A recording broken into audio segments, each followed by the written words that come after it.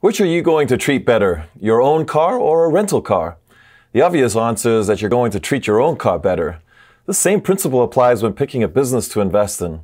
Give us just a few minutes to explain how, and we'll make it worth your while. Welcome to YCG, where we help your capital grow so you can achieve your financial goals. If that's something that interests you, then hit that subscribe button and the bell notification so that you don't miss a thing. I'm Will, and I'm joined today by Brian and Elliot. So you guys, we have this chart here from Harvard that shows median tenure for CEOs of large companies. And it's gone from 6 years in 2013 down to 5 years in 2017. And more recent data suggests it's even less than 5 now. This is precisely what we're talking about when we say there's a renter's mentality among most CEOs. They're there for just such a short time. But why does this short tenure really matter? Well, it matters a lot. I mean, there's lots of studies out there that show that high insider ownership, whether it's family, founder-led, or just in general, higher insider ownership has led to outsized returns over time historically.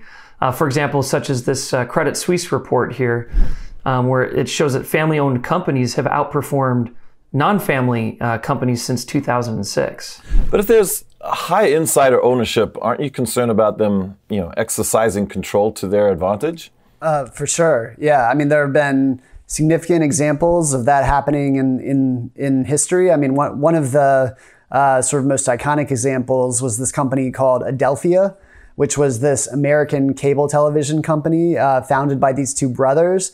And it ended up going bankrupt in 2002. And after the bankruptcy, it was found out that the brothers siphoned off billions of dollars, directly to their bank accounts or through, other companies that they owned or entities that they owned. And so it's definitely a risk. Yeah, I mean, you mentioned the bankruptcy reminds me of, going back 20 years ago when Fleming went bankrupt. They were a truck hauling company, and they, right before bankruptcy, decided to pay off all their suppliers, which then would leave the equity holders holding the bag. Whereas obviously normally you go into bankruptcy to reorganize and figure out what to do with all of those suppliers, but they paid them all off right before bankruptcy because there was some relationships there. And it's not just like founders where this happens. So you also have situations where it's like a CEO captures a board. Over time, the CEO, as board members leave, the CEO can kind of fill the board sometimes with people who are loyal to him or her, and then that enables them to sometimes force through big golden parachutes or favorable stock options that then they kind of reprice as the stock potentially goes down. We're in general just trying to avoid situations where you have a manager or a family siphoning off corporate cash flows to their personal coffers. So coming back to the car example, it makes sense with the car example of renters abusing the car. But in the business world, why do you think historically an ownership-minded mentality has led to better results? Well, I think just simply because they have a proven track record of ignoring the short-term Wall Street pressures, and instead they choose to use their cash flow to invest for the long run. They have the long run in mind.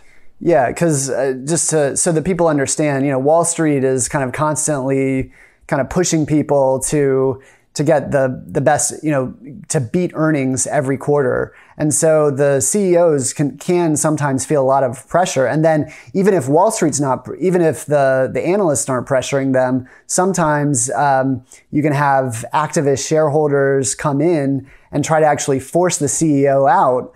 If they feel like the CEO is not making, decisions that lead to a fast rise in the stock price, and then the activist shareholder may put a CEO in who does do these actions, and then have the share price spike and then leave.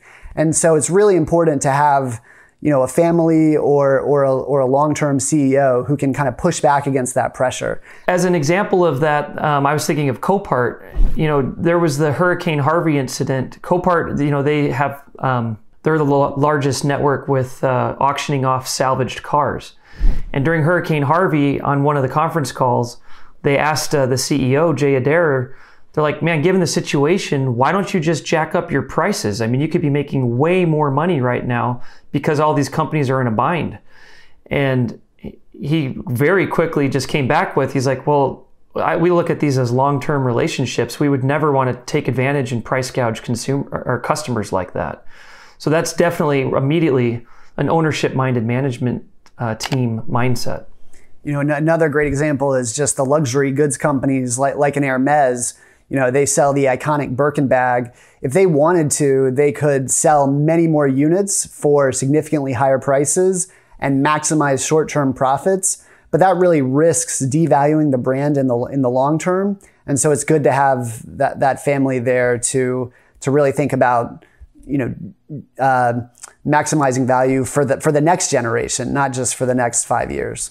So talking about management, you know, we talk about there being a history of wise capital allocation decisions. What do we mean by that? Well, you think about it when you're investing, there's a difference between owning a stock versus owning a bond. If it's a bond, you get a coupon every 6 months typically, and you're reinvesting that coupon. But if it's a stock, essentially the managers of the business, they're reinvesting the coupons for you. And so it's very critical to make sure that how they choose to allocate that cash is a way that will maximize your returns.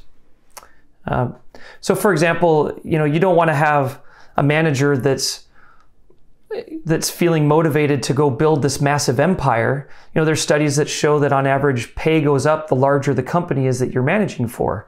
And so maybe they just want to build a massive empire, but in the process they end up making a lot of really dumb acquisitions or overpay for those acquisitions. Just a bad use of your cash. Yeah, so another short-term move many renter CEOs make is that they take on a bunch of leverage to juice earnings growth so that they can get their stock options to pay off before they leave for another opportunity. The problem is that puts the company in a precarious position if there's a deep recession that happens either on their watch or after they leave. So basically, you know, we've been talking about the principal agent problem, you know, where the employees, the agents, where their interests are in conflict with those of the owners of the businesses. And in some circumstances, in some circumstances that's a problem right there. And at YCG, we seek to avoid this rent-seeking behavior as much as is possible. All the stocks we've mentioned should not be considered a recommendation to buy or sell the stock. Obviously, consult your financial advisor for your specific situation. You can also request from YCG a list of all the securities that we've recommended over the last 12 months. Thanks for watching. Check out our other videos and we'll see you next time.